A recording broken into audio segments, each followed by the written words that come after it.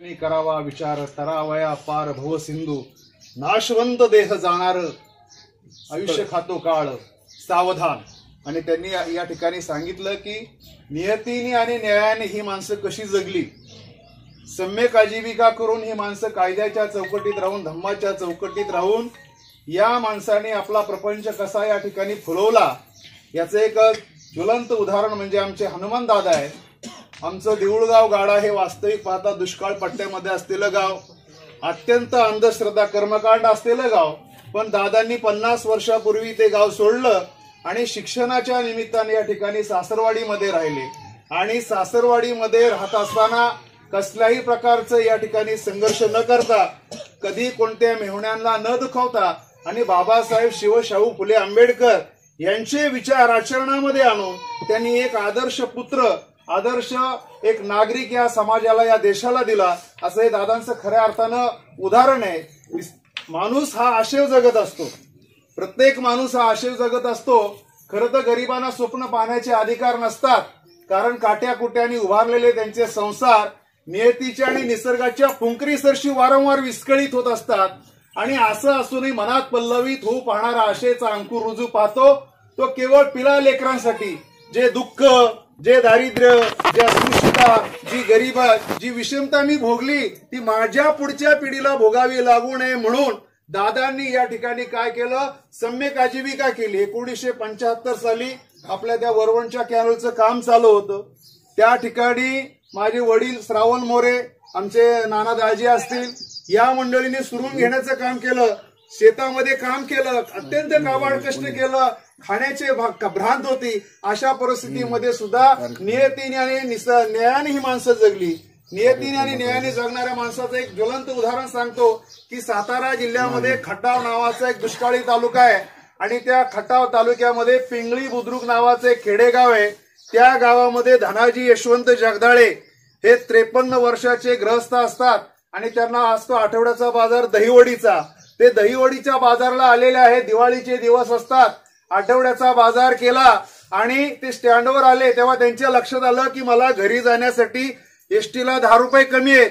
मग त्यांनी विचार केला, आपल्या गावाकडचं आपल्या वस्तीवरचं कोण भेटलं तर त्यांच्याकडून 10-20 रुपये उसने घ्यावी, तिकीट काढावी आणि जावं, असे म्हणून ते काय केलं, त्या दहीवडीच्या स्टँडवर बसलेले आहेत। 4:30 वाजले, 5:30 वाजले, 6:30 वाजले, 7:30 वाजले, शेवटची एसटी सुद्धा निघून गेली। कोणी ओळखी पाळखीचं भेटलं नाही, कोण नातेवाईक भेटलं नाही। ते अत्यंत दुःखी झाले, निराश झाले आणि तसेच बसून राहिले। दरम्यानच्या काळामध्ये त्या ठिकाणी एक 80 वर्षाचे गृहस्थ आले, ते सुद्धा काही काळ त्या बेंचवर बसले। त्यांची एसटी आल्याबरोबर ते सुद्धा निघून गेले आणि धनाजीच्या नंतर लक्षात आलं की त्याच्या पाया शेजारी सुमारे 1 लाख रुपयाचे बंडल पडलेले नोटांची, की ज्याला मगाशी 10 रुपयाची भ्रांत होती त्याच्या शेजारी या ठिकाणी 1 लाख रुपयाचे बंडल पडलेले आहेत।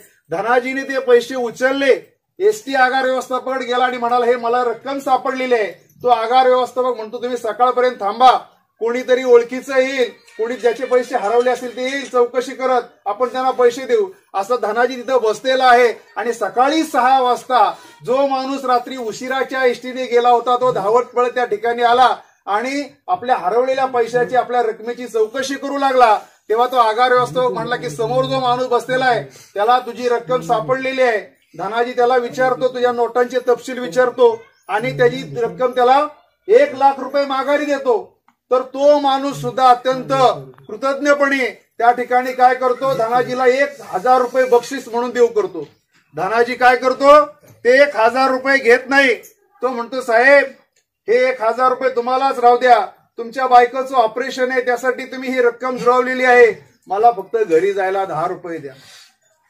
धनाजीच्या जागी जर दुसरा कोणी माणूस असता तर रात्रीच 1000 रुपयाची जीपगाडी केली असती, मुलांसाठी फटाकडे घेतले असते, खाऊ घेतले असते, कपडे लत्ता केले असते, दणक्यात दिवाळी साजरी केली असते। तसं या ठिकाणी आमचे दादा सुद्धा नियतीने आणि न्यायाने जीवन जगलेले आहेत। कधी कुणाच्याही या कसल्याही प्रकारच्या धनाला त्यांनी लालच दाखवली नाही, आमिष दाखवलं नाही आणि त्यांनी या ठिकाणी चांगल्या प्रकारचा नेटका प्रपंच उभा केलेला आहे, समाजामध्ये एक आदर्श स्थान निर्माण केलेलं आहे। भगवान बुद्धांनी जे 4 कुटुंब सांगितलेले आहेत, पहिलं जे कुटुंब आहे ते अंधारातून प्रकाशाकडे जाणारं, दुसरं जे कुटुंब आहे ते अंधाराकडून परत माघारी अंधाराकडून अंधाराकडे वळलेलं, तिसरं कुटुंब आहे ते प्रकाशातून अंधाराकडे माघारी चाललेलं, आणि चौथं जे कुटुंब आहे ते प्रकाशातून स्वच्छ अशा सूर्यप्रकाशाकडे चाललेलं कुटुंब आहे. दादाचं कुटुंब या ठिकाणी प्रकाशातून प्रकाशाकडे चाललेलं हे कुटुंब या ठिकाणी घडवलेलं आहे. आणि म्हणून दादांच्या जाण्यानं या ठिकाणी फार मोठी आमच्या मोरे परिवाराची हानी झालेली आहे. वडिलांचा पुण्यानुमोदन कधी करावा, दादांनी मला प्रश्न विचारला, तर मी दादाला सांगितलं की वडिलाचा पुण्यानुमोदन रोज करायचा, म्हणजे रोज असे हार फुले मेणबत्त्या उदबत्त्या लावायच्या नाही. आपल्या घरामध्ये फोटो असेल, आपल्या वडिलांनी जे आदर्श संस्कार दिलेले आहेत त्या संस्काराचं रोजच्या रोज आचरण करणे म्हणजे पुण्यानुमोदन किंवा स्मृती दिन साजरा करायचा आहे. दादांच्या आपण काय केलं, त्या दिवशी पार्थिव देहाचं दहन केलं, त्यांच्या अस्थींचं विसर्जन केलं. त्यांच्या अस्थी नदीत न विसर्जित करता दादांनी या ठिकाणी विज्ञानवादी दृष्टिकोन डोळ्यासमोर ठेवून या ठिकाणी स्वतःच्या शेतामध्ये त्या अस्थी काय केल्या, एका खड्ड्यामध्ये ठेवल्या, आणि त्या ठिकाणी एक पिंपळाचं झाड, भगवान बुद्धांना जे आवश्यक होतं, विज्ञानवादी जे दृष्टिकोन ठेवणारं पिंपळाचं झाड आहे त्याचं रोपण केलेलं आहे. आणि म्हणून दादा जरी आपल्यातून गेलेले असले तरी या ठिकाणी अस्थीच्या माध्यमातून ती या निसर्गामध्ये कायमस्वरूपी राहतील. तर या ठिकाणी मी भारतीय बौद्ध महासभा दौंड तालुका, त्याचप्रमाणे भारतीय बौद्ध महासभा पुणे जिल्हा पूर्व, आदरणीय राष्ट्रीय संरक्षक महाउपासिका धम्मधारिणी मीराताई आंबेडकर यांच्या वतीनं या ठिकाणी भावपूर्ण शब्दसुमनांनी आदरांजली व्यक्त करतो.